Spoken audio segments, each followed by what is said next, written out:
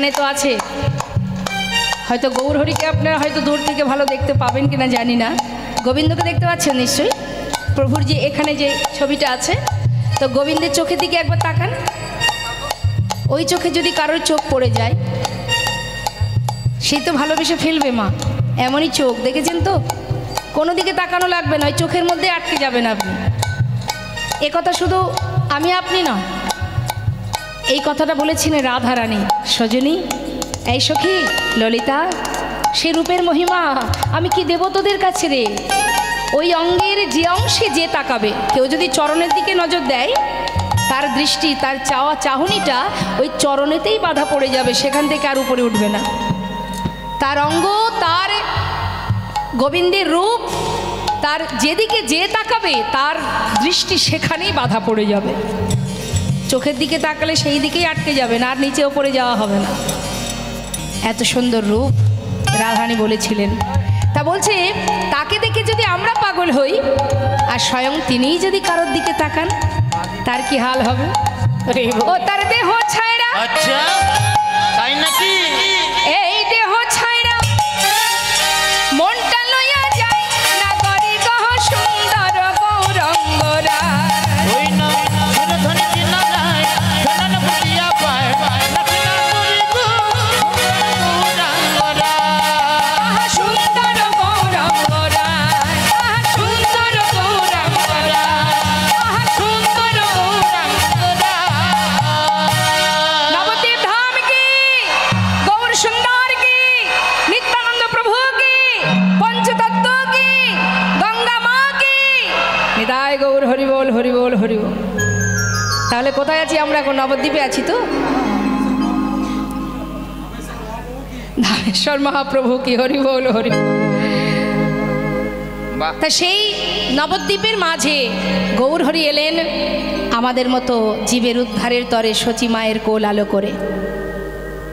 সচী মায়ের কোল আলো করে আসার পর তার বাল্যলীলা সম্পন্ন হলো। বিদ্যায় তিনি দিগ্বিজয়ী পণ্ডিত হলেন। তারপর তার পিতা জগন্নাথ মিশ্র, তিনি যখন ইহলোক ছেড়ে পরলোক গমন করেন, স্বয়ং প্রভু করুণাময় তিনি পিতার জন্য গয়াতে গিয়ে বিষ্ণুপাদ পদ্মে পিতার পিণ্ড দান করেছিলেন। হরে কৃষ্ণ। সমস্যা হচ্ছে বুঝতে পারছি, দেখতে পাচ্ছেন না মায়েরা, সাবধানে দাঁড়াবেন, পড়ে না যান। নিতাই গৌর হরি বল। তো এবার পিতার জন্য গয়াতে গিয়ে পিণ্ড দান করে নবদ্বীপে তিনি ফিরে এলেন। আসার পর শ্রীবাসের গৃহে প্রতিনিয়ত প্রভু আমার হরিনাম কীর্তন করেন। ভক্তগণকে নিয়ে প্রতিদিন শ্রীবাসীর ঘর আলো করে নাম কীর্তন করেন ভক্তদের নিয়ে। আজও তিনি করছেন, ভক্তদের নামে নিয়ে হরিনাম করছেন। তা প্রভু যখন হরিনাম করছেন, ভক্তরা প্রভুর সেই হরিনাম বদনে গাইছেন, তো সেই অপূর্ব লীলা দর্শন করছেন আর বলছেন, দেখো দেখো সুন্দর লালা সচির দুলালা নাচত শ্রীহরি কীর্তন মে। ওই নাই নাই সুন্দর লালা সচির দুলালা নাচত শ্রী হরি কীর্তন মেলা। ভালে চন্দনা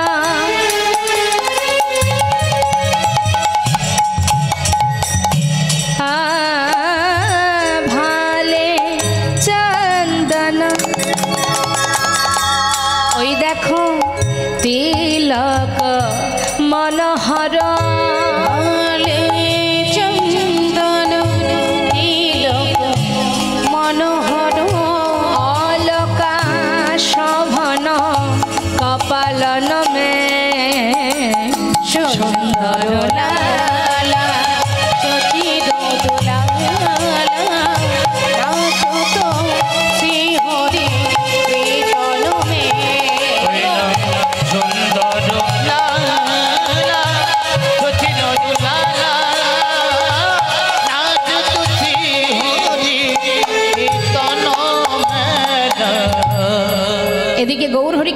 মা হরিনাম করতে করতে হঠাৎ শ্রীবাস পণ্ডিতকে ডাকলেন। শ্রীবাস, বলো প্রভু। শ্রীবাস, আজ আমি হরিনাম করছি বটে, কিন্তু কেন জানি না বারবার আমার ওই ব্রজের কথা মনে পড়ছে। কি হয়েছে প্রভু, কি মনে পড়ছে তোমার? শ্রীবাস, কেন জানি না বারবার ওই বৃন্দাবনের কথা, ব্রজের কথা আমার চোখের সামনে ভাসছে। একটা কথা জিজ্ঞাসা করব শ্রীবাস? বলো প্রভু। আমার শ্রীবাসকে দেবর্ষি নারদ, কলিতে হয়েছেন শ্রীবাস পণ্ডিত। তো বলছে শ্রীবাস, তোমার কাছে একটা কথা জিজ্ঞাসা করব। বলো গৌরহরি। শ্রীবাস, তোমরা তো সবাই বলো আমি নাকি ওই ব্রজের কানা। ও শ্রীবাস, তোমরা তো সবাই বলো আমি নাকি ওই ব্রজের কানাই।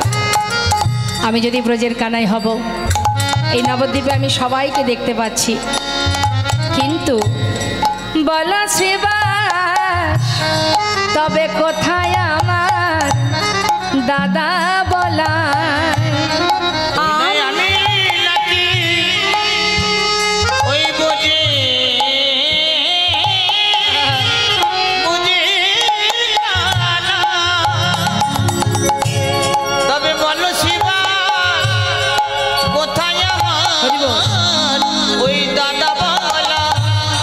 তার দর্শনে আমি প্রাণে মরি,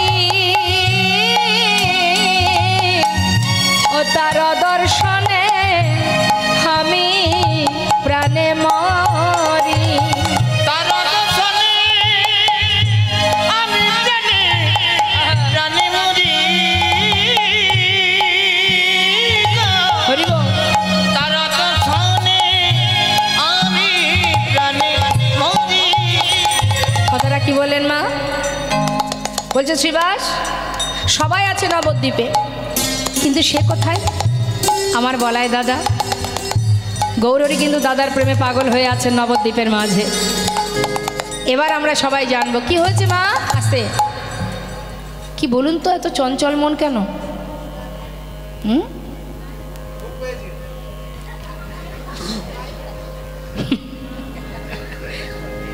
ঘুম তো আসবেই, সময় হয়েছে তো তার আসার, তাই না?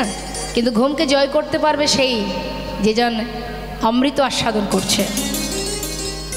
অমৃত যদি ঠিকঠাক আস্বাদন করা যায়, যদি হরিনাম হৃদয় মন্দিরে বসানো যায়, গোবিন্দকে ভালোবাসা যায়, তাহলে আসবে না। ঘুম তো আমাদের শরীরকে ভালো রাখা, দেহকে ভালো রাখার জন্য। একদিন না হয় তার চিন্তা করলাম না, কি আছে, যতটুকু সময় পাবো করব, কিন্তু তার আগে আমার আত্মার সেবাতে সন্তুষ্ট হতে হবে, সেখানে ফাঁকি দিলে হবে না। জয়নিতাই। তা কি বলছি মা, একটু মন দিয়ে শুনুন। আমাদের এটাই সমস্যা, চঞ্চল মনে কীর্তন শোনা যায় না। সিরিয়াল হয় নাকি বাবা এদিকে? হয় সিরিয়াল হয়। সিরিয়াল অর্থাৎ কি? সিরিয়াল, সিরিয়াল যার শেষ নেই, চলবে তবেই তো সেটা সিরিয়াল। বলে না সিরিয়াল বাই সিরিয়াল, মানে শেষ নেই কোনো। দেখেন আপনারা সিরিয়াল দেখেন না? বাবা মাথা নাড়া দিয়ে বলছে হ্যাঁ। কি হবে দেখি আস্তে আস্তে, সিরিয়াল দেখে কি হবে? কিন্তু সিরিয়াল দেখলে কী লাভ বলুন তো? বাড়িতে কি করে ঝগড়া বাঁধানো যায়, শাশুড়ির সঙ্গে কি করে দ্বন্দ্ব করা যায়, আর একটা জায়গায় কি করে 4টে বিয়ে করা যায়, সে পথ আপনি পাবেন। আর এখানে যদি কেউ বসে বসে কৃষ্ণ কথা শ্রবণ করে, তাহলে আপনার সঙ্গের সাথে কে হবে? আপনি আপনার যে চিন্তা ভাবনাটাকে গুরুত্ব বেশি দেবেন, সে আপনার সহায় হবে। আপনি যদি মনে করেন যে আমি এখন বন্ধুদের সঙ্গে গল্প করব, একটু এদিক ওদিকে ঘুরবো, একটু সুরা পান করব, আছে না অনেকে, ভাই কীর্তন শুনতে যাবি, বলে না রে কীর্তন শুনতে যাবো না, বন্ধুর বাড়ি পার্টি আছে। তাহলে সে শক্তিশালী হচ্ছে, আপনি যেখানে যাচ্ছেন সে কিন্তু শক্তিশালী হচ্ছে। আর যদি কৃষ্ণ কথা কেউ শ্রবণ করতে আসে, তাহলে কি হচ্ছে? নাম শ্রবণ করতে করতে আপনার সহায় হচ্ছে একজন, সে হলো অনাদি আদি গোবিন্দ। ভগবান আপনার সহায় হচ্ছে, অর্থাৎ আপনি তার নাম শ্রবণ করছেন মানে আপনার আত্মার পরমাত্মার মিলন হচ্ছে, আর মিলন হওয়া মানেই কিন্তু সে আপনার সাথী হয়ে যাচ্ছে। তাই নিজের ভাবনাটাকে সঠিকটাকে মানে নিজে চিন্তা করতে হবে কোনটা ঠিক কোনটা ভুল।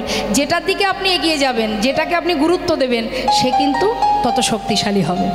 তাই ঘুমকে আহ্বান করলে হবে না, হ্যাঁ, ঘুমকে আহ্বান করা যাবে না।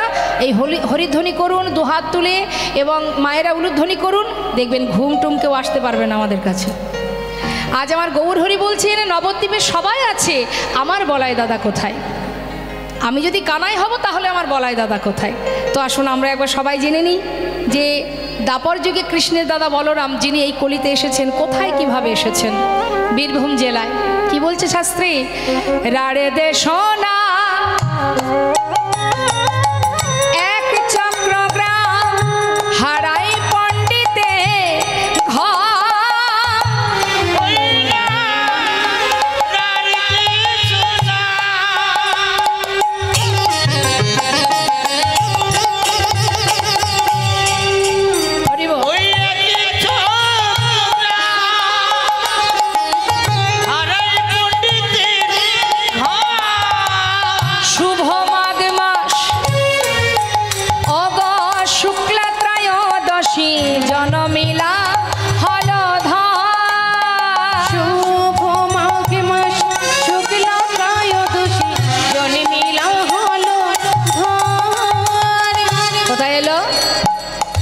মাঘ মাসের শুক্লা ত্রয়োদশী তিথি, অর্থাৎ ভীম একাদশীর পরের দিন দ্বাদশী, দ্বাদশীর পরের দিন যেদিন সেটাকে বলা হয় নিত্যানন্দ ত্রয়োদশী। ওই ত্রয়োদশী তিথিতেই কিন্তু সেই দাপর যুগের বলরাম দুটি অংশ নিয়ে এসেছিলেন এই ধরাতে, একটা রাঢ় দেশের মাটিতে আর একটা হলো নবদ্বীপে মা সচিবায়ের জ্যেষ্ঠ পুত্র বিশ্বরূপ রূপে। দুটি অংশ নিয়ে এসেছেন মা। এই দুটো অংশ যত সময় এক না হবে তত সময় পরিপূর্ণ নিত্যানন্দ প্রভুকে আমরা পাচ্ছি না। তাই বলছে অগব্রজের বলায় নদিয়া এলো, ওই নদিয়া এই কলের যে উদ্ধারের লাগি একবার জয় দাও বদনে, কলের যে উদ্ধারের লাগি জয় দাও বদনে, যে উদ্ধারের লাগি জয় দাও বদনে, কলের যে উদ্ধারের লাগি জয়ের বলায় নদিয়া এলো, শুভলতে লুতুসি জয় মিলা হলো। এবার দেখুন কি হলো মা। হারাই পণ্ডিতের ঘর আলো করে, মাতা পদ্মাবতীর কোল আলো করে ছোট্ট ছেলে যখন জন্ম নিল, একটি অংশ নাম দিলেন মাতা পিতা ভালোবেসে কুবের। ছেলের ভাবধারা তার লক্ষণ সম্পূর্ণ আলাদা। আমাদের ঘরের ছেলেমেয়েরা যে খেলা করে শেষ কিন্তু সে খেলা করে না। কোনোদিন বন্ধুদের সাথে করে নিয়ে রামলীলা, কোনোদিন কৃষ্ণলীলা খেলা। বয়স যখন 12 বছর, মায়ের চরণে প্রণাম করে মায়ের কাছ থেকে নিজেকে সুন্দর করে সাজিয়ে, মা সাজিয়ে দাও, আজ আমরা বনে খেলা করব। চিন্তা করবে না, সময় মতো চলে আসব। 12 বছর বয়সের শিশু ছোট্ট কুবের চললেন বনমাঝে। আয় বন্ধু, কাল কি খেলা করেছিলাম? কাল খেলা খেলেছিলাম রামলীলা। আয় কি খেলা করেছিলাম? ভুল ভাল বলছো। কৃষ্ণলীলা। কালকে কৃষ্ণলীলা খেলা করেছিলাম, তাই তো? আজ কিন্তু খেলা করব রামলীলা। হ্যাঁ, কাল সেজেছিলাম বলরাম, আর আজ আমি কি সাজবো জানিস? শোন, আমি হনুমান সাজবো। ভালো মানাবে তোকে। তাহলে তুই হনুমান, এই তুই জাম্বুমান। হ্যাঁ না না, আমি মোটা সোটা নয়। হবে, জাম্বুমান মানাবে না, মানাবে না। এক একজন এক। এই তুই কি সাজবি? তুই রাম, তুই রাম। হ্যাঁ, সবাই জিজ্ঞাসা করছে তুমি কি হবে কুবের? আমি লক্ষণ সাজিব, লক্ষণ সাজিব, লক্ষণ সাজিব, লক্ষণ সাজিব। তুই হনুমান তুই জাম্বুমান, লক্ষণ সাজিব, তুই হনুমান তুই জাম্বুমান, আমি লক্ষণ সাজিব। সুন্দর করে এক একজনের মতো করে সেজেছে, প্রত্যেকেই সেজেছে সুন্দর করে, এক একজনের রূপ ধারণ করেছে, করে এবার বনমাঝে খেলা খেলছে, রামলীলা খেলা। জনিতাই রাম সীতাপতি সুন্দর তুমি রাম রাম রাম সীতাপতি সুন্দর রাম তুমি রাম সীতাপতি সুন্দর তুমি রাম সীতাপতি সুন্দর হে সীতাপতি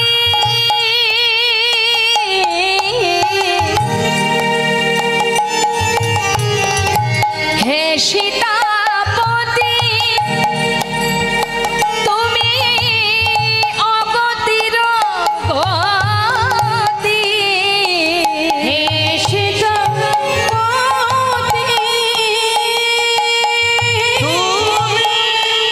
তুমি রাম রাম রাম তুমি রাম তুমি রাম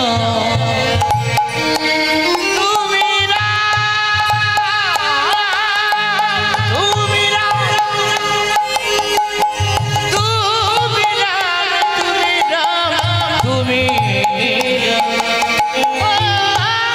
হে সীতাপতি তুমি অগতির গতি তুমি রঘুকুল তিলকরা রাম সীতাপতি সুন্দর তুমি রাম সীতাপতি সুন্দর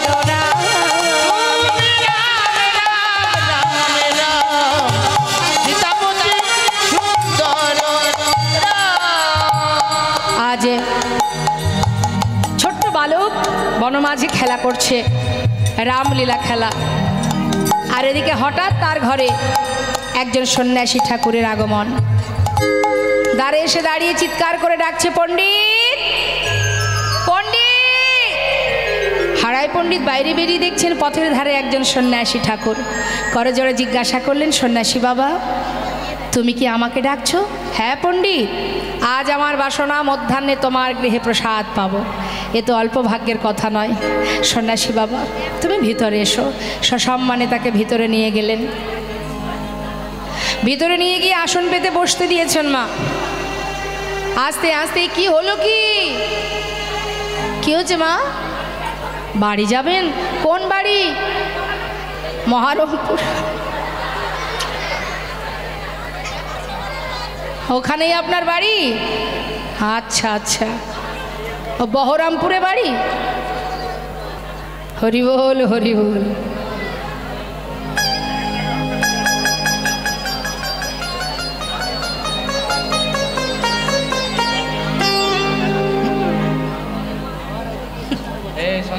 আসুন আলিঙ্গন করে যান।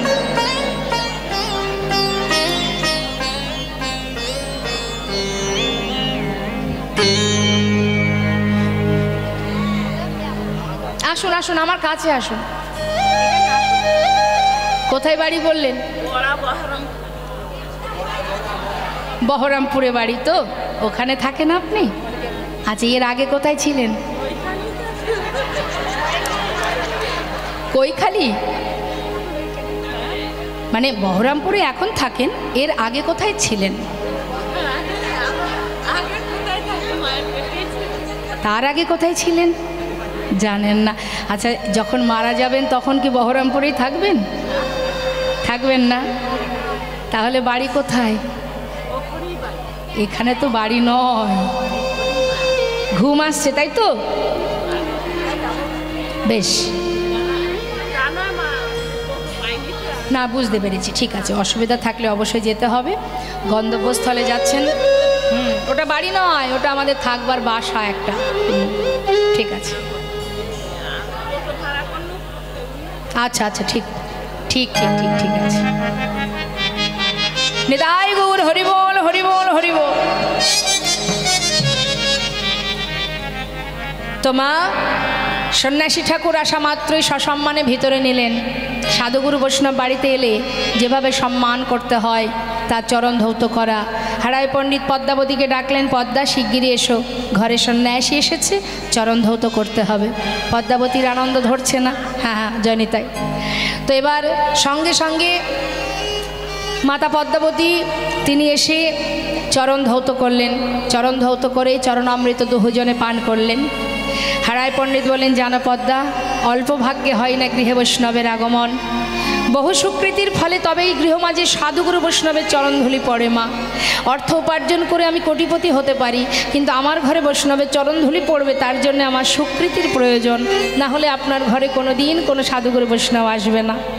দেখবেন কোনো ব্যক্তি আছে যারা গৃহমাঝে বৈষ্ণব সেবার আয়োজন করে, অনুষ্ঠান করবার আশা করে, কিন্তু কোনো না কোনো কারণে তার একটা সমস্যা হয়ে যায়, যেটাতে তার সে স্বপ্ন পূর্ণ হয় না। অর্থাৎ এখান থেকে আমাদের বুঝতে হবে, সুকৃতি ভালো থাকলেই তবেই গৃহমাঝে সাধুগুরু বৈষ্ণবের কৃপা লাভ করা যায়। তাই আজ হারাই পণ্ডিত বলছে, তুমি দেরি করো না পদ্মা, আমাদের যতটুকু সম্ভব, যতটুকু আমরা পারবো বৈষ্ণব সেবার আয়োজন করো, দেরি করো না। জানো, অনেক ভাগের ফলে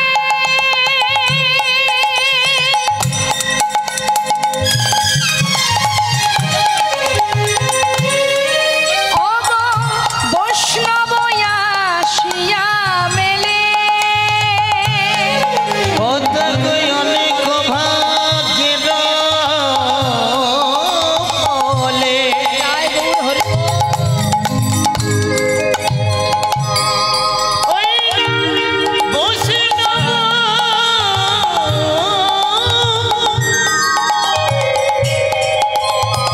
কাছাকাছি নয়, আমরা যদি 5 কিলোমিটার গিয়ে কোথাও কীর্তন শুনতে যাই, তাই আমাদের ইচ্ছা করে না।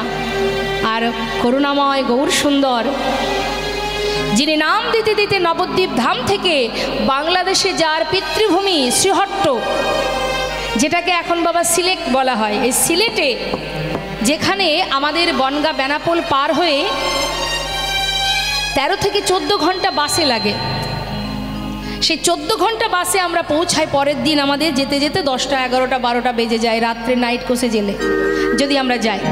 আর নবদ্বীপ থেকে করুণাময় দয়াল গৌর সুন্দর হরিনাম প্রচারের জন্য, তিনি পিতৃভূমি দর্শনের জন্য এই নবদ্বীপ থেকে পায়ে হেঁটে গিয়েছিলেন সেই পিতৃভূমি দর্শন। মধুময় শ্রীধাম বৃন্দাবনে চলে যান, সমস্ত তীর্থ ভ্রমণ করেন, পুরীধামে পৌঁছান, সেখান থেকে ধর্মপ্রচারে বাহির হন। কেন? আমাদের মতো মায়ার জীব মোহ ঘুমে মায়ার বালিশ মাথায় দিয়ে ঘুমিয়ে আছি, আমাদেরকে চেতনা দান করার জন্য। তাই তো বৈষ্ণব মহাজন বলছেন, ওরে শুধু শাস্ত্র পড়লেই হবে না, ভিতরে যদি ভক্তি না থাকে কি করে লাভ করবি বল? তুমি পাণ্ডিত্য দেখাচ্ছ, তোমার মধ্যে পাণ্ডিত্য আছে, নিশ্চয়ই প্রভুর কৃপা হয়েছে, তাই তোমার মধ্যে পাণ্ডিত্য লাভ করেছ। কিন্তু সেই পাণ্ডিত্যের ফলে যদি তোমার মধ্যে ভুল কোনো ক্রিয়া জন্মায়, অর্থাৎ যদি অহংকার জন্মে যায়, তাহলে সেই পাণ্ডিত্যের অবস্থা কি হবে? একটা অন্ধ ব্যক্তি যেমন তার মুখের কাছে আয়না ধরলে আয়নার কোনো মূল্য হয় না, তোমার ওই বিদ্যা অধ্যয়ন সবই ঠিক তদ্রূপ অন্ধ ব্যক্তির ন্যায় বৃথা হয়ে যাবে। তাই গৌর হরি বল হরি। এটা আমার কথা নয়, শাস্ত্রে পদাবলিতে আপনাদের শ্রবণ করাচ্ছি, শুনুন কি বলছে। চারি বেদে ষড় দর্শন পড়িয়াছে যে চারি বেদে ষড় দর্শন পড়িয়াছে যে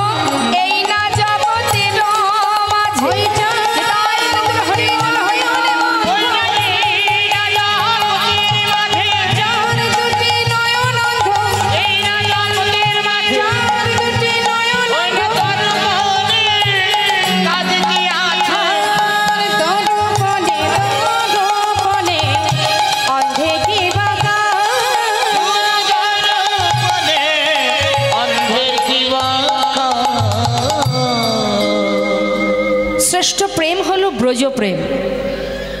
তা ব্রজপ্রেম শ্রেষ্ঠ কেন মা? বৃন্দাবনের ব্রজমাইরা আলাভোলা গোয়ালিনী যারা যারা কিন্তু পাণ্ডিত্য দিয়ে গোবিন্দকে ভালোবাসতেন না, তারা ছিল আলাভোলা গোয়ালিনী। তারা জানেই, তারা একটা কথাই জানতো, আমাদের এই দেহ, আমাদের সর্বস্ব হচ্ছেন গোবিন্দ। তারা যাই করত, যেটাই করত, সবই কৃষ্ণের স্মরণ করে, গোবিন্দের জন্য, তার নিমিত্তে, তাকে দেবার জন্য, আর কিছু নয় তাদের জীবনে। তাই শ্রেষ্ঠ প্রেম হলো ব্রজপ্রেম। যারা গোবিন্দকে এক মুহূর্ত নিজের সঙ্গ ছাড়া করতে পারে, থাকতে পারতো না। তা সেই মহাজন বললেন, তোমার পাণ্ডিত্য থাকুক, অর্থ থাকুক, যেটাই থাকুক, কিন্তু অহংকার যদি তোমার মধ্যে থাকে, তোমার সব কিছুই বৃথা।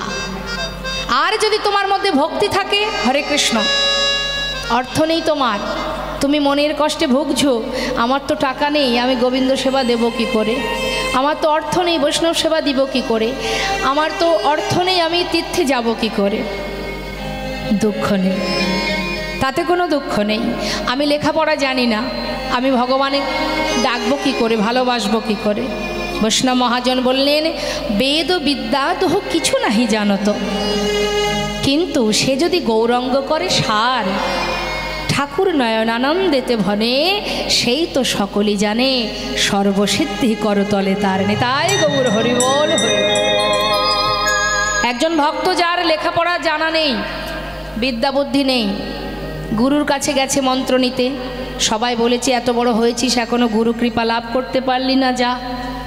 ভক্ত গেছে মন্ত্র নিতে, গুরুদেব কৃপা করে মন্ত্র দান করে তাকে একটা ছোট্ট যে ভাগবত চৈতন্য ভাগবত যে গীতা, ছোট ছোট মা, ওই গীতা একটা দিয়েছে, শ্রীমদ্ ভাগবত গীতা। সেই গীতাটা নিয়ে গুরুদেব বলেছেন, বাবা এটা তোমায় দিলাম, তুমি প্রতিদিন শুদ্ধ বস্ত্রে স্নান করে যতটা পারবে অধ্যয়ন করবে, পড়বে, তাতে তোমার মঙ্গল হবে। কিন্তু তার তো লেখাপড়া জানা নেই মা। কিন্তু সে কি করে, প্রতিদিন স্নান করে গুরুর আদেশ মাথায় করে নিয়ে তিনি মন্দিরে প্রবেশ করে, ওই যে গীতার উপরে যে ছবিটা আছে, অর্জুন রথে বসে আছে আর গোবিন্দ চালাচ্ছেন, সেই ছবিটা দেখে প্রতিদিন চোখের জলে বুক ভাসিয়ে কাঁদে। এখন পাড়াপড়শি জানে ও অশিক্ষিত ছেলে, আর প্রতিদিন ভাগবত চৈতন্য ভাগবত গীতাটি নিয়ে, শ্রীমদ্ ভাগবত গীতা নিয়ে যখন ওই সামনে ধরে কাঁদে, তখন তারা ব্যঙ্গ করতে থাকে, লেখাপড়া জানে না, হ্যাঁ দেখো গীতাটা হাতে করে নিয়ে এমনভাবে কাঁদছে যেন মনে হচ্ছে গীতার মধ্যে যা আছে সব ওর বোঝা হয়ে গেছে। প্রতিদিন ব্যঙ্গ করে, কিন্তু তাতে তার কোনো দুঃখ নেই। সে প্রতিদিন গীতা হাতে করে নিয়ে প্রভুর ওই ছবিটা দর্শন করে আর কাঁদে। একদিন প্রভুর কৃপা হলো, ঘুমের মধ্যে দিয়ে স্বপ্ন দেখছে, প্রভু যেন তাকে জিজ্ঞাসা করছে, ভক্ত তুমি তো পড়াশোনা জানো না, বিদ্যা বুদ্ধি নেই, গীতায় কি লেখা আছে তুমি পড়তে জানো না, তাহলে তুমি গীতাটি হাতে করে নিয়ে কাঁদো কেন? কি বুঝেছো তুমি গীতার মর্ম? তখন সেই ভক্ত স্বপ্নের মধ্যেই প্রভুকে উত্তর দিলেন, হে প্রভু, হয়তো গীতার ভিতরে কি আছে আমি পড়তে পারবো না, সে শক্তি, সে বিদ্যা, সেই জ্ঞান তুমি আমায় দাওনি, কিন্তু দেখার মতো নয়ন তো তুমি আমায় দিয়েছ, যে চোখে সব দেখা যায়। আমি তোমার ছবিটা দেখে প্রতিদিন কাঁদি প্রভু, যে অনন্ত কোটি বিশ্ব ব্রহ্মাণ্ডের মালিক, কেমন করে সমস্ত ভক্তকে পার করে নিয়ে যায়। রথের সারথি তুমি, আমাদের জীবন রথের সারথি তুমি, কত দয়াল, কত করুণা তোমার। আর রথে যে বসে আছে তার মতো ভক্ত জগতে আর কে বা আছে? তুমি স্বয়ং ভগবানের রথে চালাচ্ছ, আর তোমার পরম ভক্ত রথে বসে আছে। এমন ভক্ত যদি আমরা হতে না পারি, তবে কি তুমি আমাদের পার করে নিয়ে যাবে প্রভু? এটা দেখেই আমি কাঁদছি। ভগবান বললেন, ভক্ত গীতায় কি আছে না আছে সে তোমাকে আর পড়তে হবে না। যে জ্ঞান তুমি অর্জন করেছো আর গীতা পড়তে হবে না, তার থেকে অধিক তুমি বুঝেছো। তাই ভক্ত, আমি তোমায় আশীর্বাদ করলাম, আমি আছি। এটাই এই জন্যই আমাদের জানা মা, সবার ঊর্ধ্বে হচ্ছে ভক্তি। তোমার মধ্যে যদি ভক্তি থাকে, 100 টাকা আছে, আমি এটা দিয়ে তোমার সেবা দেব। ভগবান বলেন আমার কিচ্ছু চাই না, একটা ফুল দিয়ে ডাকুক ভক্ত, আমি তাতেই সাড়া দেব। তবে ডাকার মতো ডাকুক। যদি ফুল না থাকে, দেবর্ষি নারদ জিজ্ঞাসা করলেন, প্রভু বললেন কোনো দুঃখ নেই, কেউ যদি একটা তুলসী পত্র দিয়ে ডাকে আমি সাড়া দেব। চিন্তা করুন মা, অর্থ দিয়ে কি ভগবানকে পাওয়া যায় না? তাহলে শাস্ত্র মিথ্যা হয়ে যেত। প্রভু যদি তুলসী পাতা না থাকে, প্রভু বললেন দুঃখ নেই, একটু গঙ্গার জল, 1 গণ্ডূষ গঙ্গার জল, সেটা যদি আমাকে দিয়ে ভালোবেসে ডাকে, আমি তার ডাকে অবশ্যই সাড়া দেব। ও দয়াময়, যদি গঙ্গার জলও তার কাছে না থাকে, প্রভু বললেন কোনো দুঃখ নেই। তাতে আর দুঃখ কেন? জগতের কোনো কিছুই যদি আমার ভক্তের কাছে না থাকে, আমি আমার প্রত্যেকটি সন্তানকে 2টি করে নয়ন দিয়েছি, তার মধ্যে একটাই গঙ্গা, একটাই যমুনা। ভক্তরা যদি মাত্র 2 ফোঁটা নয়ন বাড়ি বরিশন করে, যদি আমার কথা চিন্তা করে, যদি মাত্র 2 ফোঁটা বাড়ি বরিশন করে বলতে পারে, দয়াময় আমি পতিত পাষণ্ড, তুমি তো করুণাময়, তুমি জগৎ পিতা, নিজ গুণে কৃপা করে তোমার কাছে আমায় ঠাঁই দাও। যদি ডাকার মতো ডাকা যায়, যদি বলা যায়, হে দয়াময়, নয়ন জলে ধুইয়ে দেব প্রভু তোমার 2টি রাঙা চরু, তুমি করিও গ্রহণ। শ্রী সচিনন্দ 2টি নয়ন জলে ধুইয়ে দেব তোমার 2টি রাঙা চরণ, করিও গ্রহণ। শ্রী সচিনন্দন না জানি ভজ, আমি না জানি পুজো, আমি না জানি ভজ, আর না জানি পূজা। বলো কোন গুণে পাবো তোমার রাঙা চরণ। আমি না জানি ভজ, আর না জানি পূজো। বলো কোন গুণে পাবো তোমার 2টি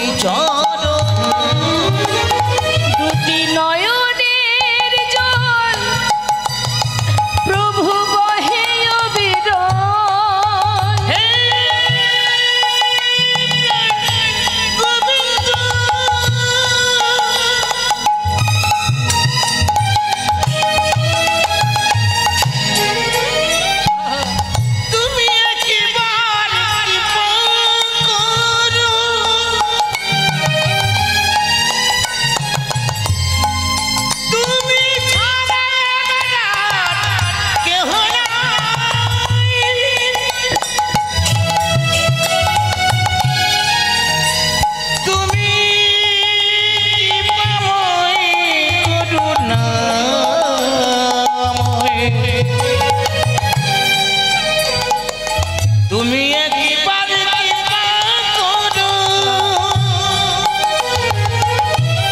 করুণা নয়নের জল বহে অবিরাম দুটি নয়নের জল ওগো বহে অবিরাম মানে না বারো শ্রী সচিনন্দ দুটি নয়ন জলে ধুইয়ে দেব তোমার দুটি রাঙা চরণ করিও গ্রহণ শ্রী সচিনন্দ শ্রী সচিনন্দ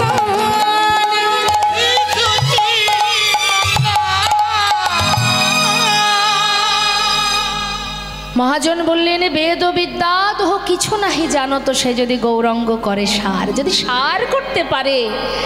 বৈষ্ণব মহাজন বললেন ঠাকুর নয়নানন্দেতে ভনে সেই তো সকলেই জানে সর্বসিদ্ধি করে তলে তার যে আমাকে ভালোবাসে আমি সদা সর্বদাই তার কাছেই থাকি। আমি কোথায় থাকি? ভক্তের হৃদয়ে। ভক্তি যেখানে আমি সেখানে, অর্থাৎ ভক্তি কোথায় থাকে? ভক্তের হৃদয়ে। তাহলে সদা সর্বদাই ভগবান হৃদ মন্দিরে আছেন, সদা সর্বদাই নাম সংকীর্তন করছেন ভক্তদের নিয়ে। সেবা সঙ্গন যদি কোনো জীব নিজের হৃদয়টাকে তৈরি করতে পারে। তাই আজ মহাজন বললেন ওগো সময় গেলে আর পাবে না, কার হাতে কতটুকু সময় আছে কেউ জানে না।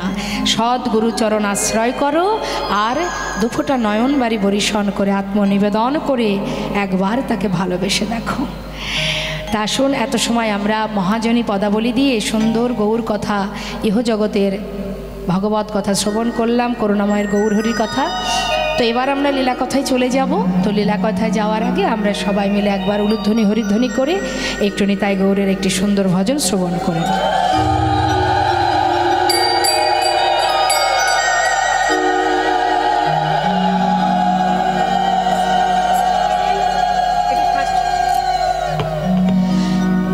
তো চলুন মা আমরা একটা গৌরের ভজন শ্রবণ করি ছোট্ট করে। হ্যাঁ, এক নদিয়া নাগরী আর এক নাগরীকে বলছে সজনী আমি কি দেখলাম জানিস? সুরধনির কিনারায় সোনার নূপুর দিয়া আচ্ছা নাচে নাগরী গো সুন্দর গৌরঙ্গরা। ওই সুরধনী সোনার নূপুর দিয়া পায় নাচে নাগরী গো ওই সুরধনির কিনারায় সোনা নূপুর দিয়া পায় নাচে না করি গো সুন্দর গৌরাঙ্গরায়।